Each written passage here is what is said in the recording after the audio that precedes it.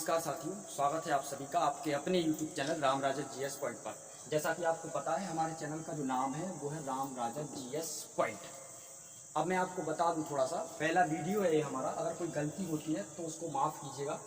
और हमारा एक ही मात्र उद्देश्य है कि अब इस चैनल के द्वारा शिक्षा के क्षेत्र में, या कहा जाए तो जो भी अपने कंपटीशन एग्जाम के विषय होते हैं उनको हम इसमें पढ़ाने वाले हैं। ठीक है, तो मैं थोड़ा सा आपको ज़्यादा समय बर्बाद नहीं करती हूँ, सीधा हम ले चलते हैं आपको विषय वस्तु की ओर कि अब हम इस पर करने क्या वाले हैं। तो आप उस चीज़ को समझिए कि जैसे बात करते हैं जो भी कंपटीशन एग्जाम के सब्जेक्ट होते हैं हम उनको पढ़ेंगे इसके माध्यम से, इस चैनल के माध्यम से। तो जैसा मैं आपको बता दूं कि सब्जेक्ट होते कौन से हैं, तो सबको पता है कि मैथ जो सब्जेक्ट है वो कॉमन सब्जेक्ट है, सभी कंपटीशन एग्जाम में बिल्कुल कॉमन सब्जेक्ट माना जाता है। इसके अलावा दूसरा जो हमारा सब्जेक्ट हो जाता है वो हो जाता है रीजनिंग का। ठीक है, तो एक रीजनिंग का सब्जेक्ट हो गया। इसके अलावा तीसरा जो सब्जेक्ट हो जाता है वो हो जाता है जीएस का। ठीक है, इसके अलावा चौथा जो सब्जेक्ट हो जाता है वो हो जाता है हिंदी, और एक लास्ट का जो सब्जेक्ट हो जाता है वो हो जाता है इंग्लिश।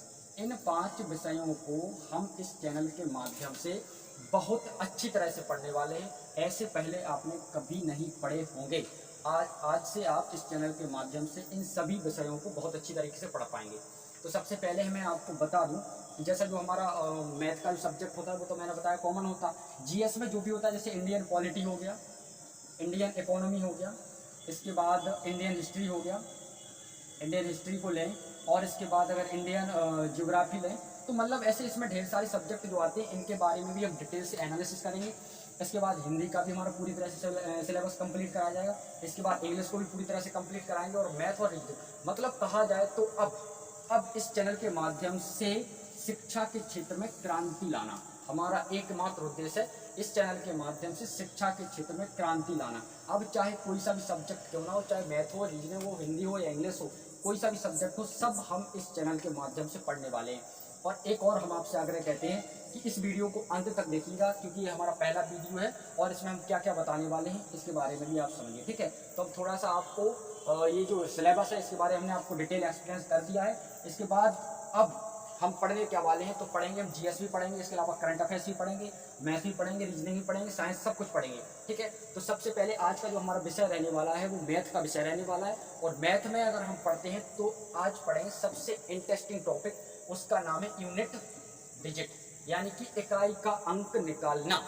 आज से पहले कभी आपने इकाई का अंक निकालना इतनी अच्छी तरह से नहीं सीखा होगा जिस तरह से आज आप इस चैनल पर सीखने वाले हैं। ठीक है, तो हम आपसे आग्रह फिर से करते हैं कि थोड़ा सा धैर्य बना के रखिए, हम आपको बताते हैं।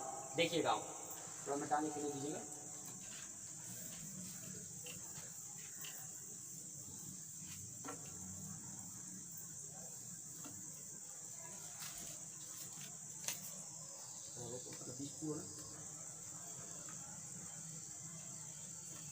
चलिए देखते हैं आज हम यूनिट डिजिट यानी इकाई का अंक कैसे निकालते हैं। यूनिट डिजिट इतने बेहतरीन तरीके से हम आपको बताने वाले, इतने बेहतरीन तरीके से बताने वाले हैं। आज से पहले आप विश्वास मानिए, आज से पहले कभी आपने यूनिट डिजिट इतने अच्छे तरीके से नहीं पढ़े होंगे। ठीक है, तो यूनिट डिजिट का जो हिंदी अर्थ होता है वो तो आपको पता ही है, इकाई का अंक निकालना, इकाई का अंक निकालना। ठीक है,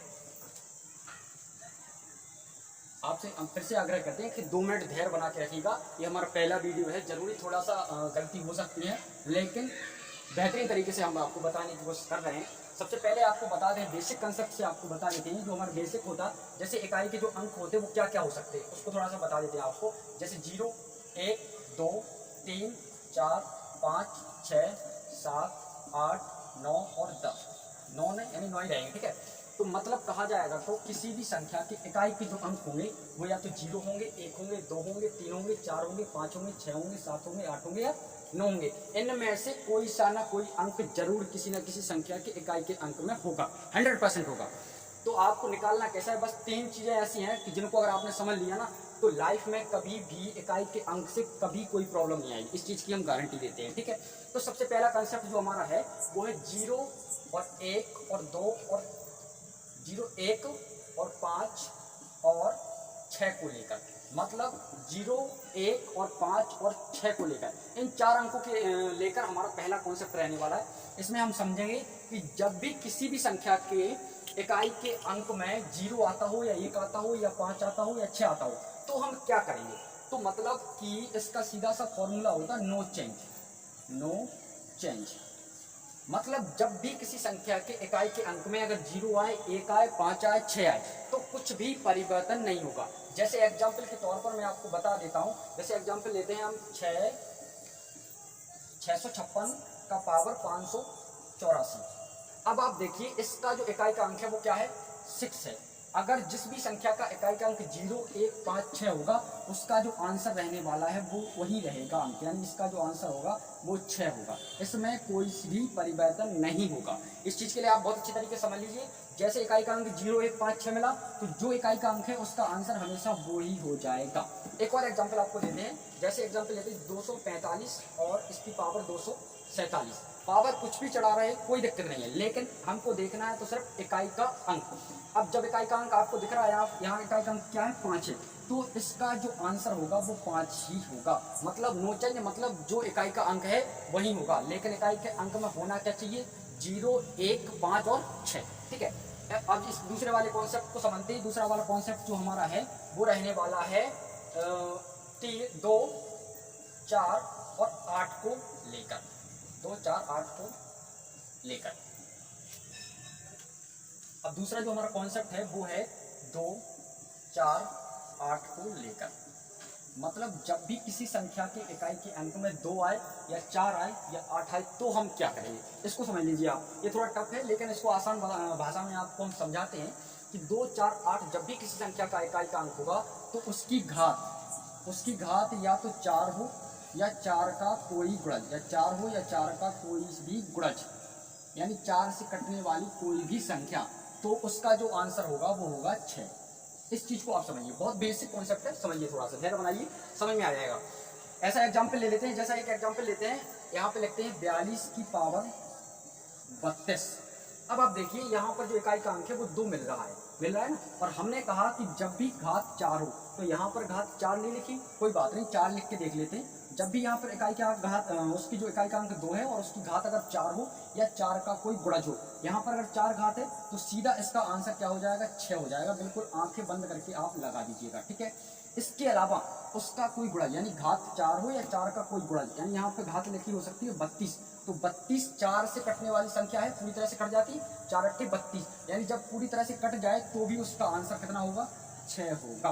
अब एक और इसमें डाउट है थोड़ा सा कि अगर संख्या ना कटे तो क्या होगा? जैसे यहाँ पे लिख लेते हैं 25, और 25 जो है वो 4 का गुणज नहीं है, क्योंकि 4 से ये पूरी तरह से नहीं कटेगी। मतलब 4 का भाग इसमें 25 में देंगे तो 4 से 24 होगा, और रिमाइंडर कितना बचेगा? हमारा 1 बचेगा। और जो रिमाइंडर हमारा बचेगा, इस इकाई के अंक को उठा के उसकी पावर कर देना आप, चाहे 1 बचे यहाँ पर, चाहे 2 बचे या 3 बचे, कुछ भी बचे, और जो भी बचेगा उसका आप कर देना। यानी 2 यहाँ पर 1 बचा तो 2 का घात 1 करेंगे, मतलब यहाँ पर 2 ही आएगा। इसका जो आंसर हो जाएगा क्या हो जाएगा? 2 हो जाएगा। लेकिन कब? जब घात में 4 का भाग ना जाए, ठीक है। तो ये वाला कॉन्सेप्ट भी आपको समझ में आ गया। इसका एक आध और एग्जांपल हम आपको दे देते हैं। जैसे यहाँ पे लिखते हैं 474 का पावर 48। अब देखिए यहाँ पर जो घात इकाई का अंक है वो कितना है? 4 है, लेकिन जो 4 का गुणज भी है ये संख्या, देखिए यहाँ पे 4 का भाग इसमें जाता है, 4 एकम 4 और 4 दूनी 8, यानी पूरी तरह से चला भी गया, तो इसका जो आंसर होगा वो कितना होगा? 6। अगर भाग पूरी तरह से चला जाए तो उसका आंसर होगा 6, और ना जाए तो जो भी शेष बचे इस इकाई के अंक में उसकी पावर करके और हम उसका इकाई का अंक लिख सकते हैं, ठीक है। तो हमें विश्वास है कि ये वाला कॉन्सेप्ट भी आपको समझ में आ गया होगा। अब देखते हैं हम तीसरा कॉन्सेप्ट, ठीक है। देखिए अब तीसरा कॉन्सेप्ट क्या रहने वाला है? हमने 0, 1, 5 और 6 को बता दिया, 2, 4, 8 को भी बता दिया। अब रहेगा जो हमारा कॉन्सेप्ट वो रहेगा 3 और 7 को लेकर। 3 और 7 में भी वही प्रोसेस है, या उसकी घात चढ़ी हो 4 या चढ़ा हो या फिर उसका हो 4 का कोई सा भी गुणज, कोई भी गुणज, यानी 4 से कटने वाली कोई सी भी संख्या, ठीक है। तो इसका एक उदाहरण लेते हैं हम। जैसे उदाहरण लेते हैं 2, 3 का पावर 36। मतलब यहाँ इकाई का अंक देख रहे हैं आप कितना मिल रहा है? 3 मिल रहा, लेकिन जो घात है वो 4 से कट रही है, यानी 4 9 36।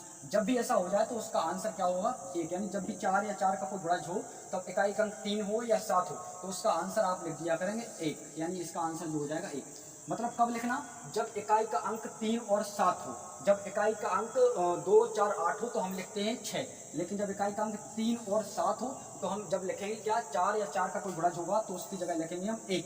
और अगर गुणज ना भी हो, जैसे यहाँ पे लिखा होता 35, ये 4 से कटने वाली संख्या नहीं है, तो 4 का भाग इसमें जाता, 4 से 24, 4 से 38, 4 थे 32 जाता, तो 32 जाता, शेष कितना बचता, 3 बचता, तो शेष 3 बचता, तो 3 की पावर आप 3 लगा देते और इसका करते तो कितना हो जाता 27, यानी जो इकाई का अंक होगा वो कितना होगा हमारा 7 होगा। ठीक है, तो मतलब रिमाइंडर अगर बचता है तो उसकी इकाई के अंक को लेकर आप उसकी पावर करके और इसको हल कर सकते हो। अगर रिमाइंडर नहीं बचता तो सीधा आंसर उसका क्या हो जाएगा 1। तो ये तीनों कॉन्सेप्ट हमें विश्वास है कि आपको समझ में आ गए होंगे। अब जो हमारा लास्ट वाला कॉन्सेप्ट है वो रहने वाला है 9 का। तो 9 का जो कॉन्सेप्ट है उसको आप थोड़ा सा समझ लीजिए। 9 का जो कॉन्सेप्ट है उसमें 2 ही कॉन्सेप्ट है, या तो होगा सम या होगा विषम। मतलब अगर किसी भी इकाई का अंक 9 है और उसकी घात अगर क्या है सम, तो उसका आंसर होगा 1, और अगर उसकी घात विषम है तो उसका आंसर होगा 9। कैसे होगा, एक एग्जांपल भी हम आपको दे देते हैं। यहाँ पर थोड़ा सा समझ लीजिए आप कि जब भी जैसे यहाँ पर लिखा है एक एग्जांपल 4, और यहाँ पे लिख लेते हैं कोई सी भी संख्या 47 नहीं लिखेंगे, 49 का पावर लिख लेते हैं हम क्या 37। अब देखिए आप यहाँ 49 है, 49 मतलब इकाई का अंक तो 9 है, लेकिन जो घात है वो क्या है विषम है। जब घात विषम हो तो इसका इकाई का अंक हमेशा 9 आएगा। और यहाँ पर अगर लिखा होता 49 और 49 का पावर लिखा होता 24, यानी घात कितना है सम, तो इसका आंसर कितना आ जाता 1। तो ये वाला जो कॉन्सेप्ट है मैंने पूरी तरह से आपको डिटेल से बता दिया है। और अगर वीडियो अगर अच्छा लगा हो तो प्लीज़ कॉन्सेप्ट पर डिपेंड होकर लाइक शेयर सब्सक्राइब जरूर कीजिए। और मैं ये नहीं कहता कि ज़्यादा कुछ ठीक रहा होगा, लेकिन अगर आपको ईमानदारी से अच्छा लगता हो तो इस कंटेंट को देखकर जरूर लाइक शेयर सब्सक्राइब कीजिएगा। धन्यवाद।